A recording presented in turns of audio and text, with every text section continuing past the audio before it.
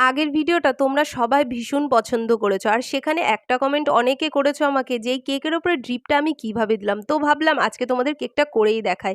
তো দুরকমভাবে করতে পারো, এই জেলের মধ্যে ক্রিম মিশিয়ে নিয়ে করতে পারো, তবে আমি এটা না করে একটু অন্যরকম করেছি। আর হ্যাঁ, জেলটাকে কিন্তু একটু পাতলা করার জন্য অবশ্যই জল মিশিয়ে দিতে হবে। আর আমি কিন্তু এই কমেন্টটাও পেয়েছি, একদম প্লেন জল।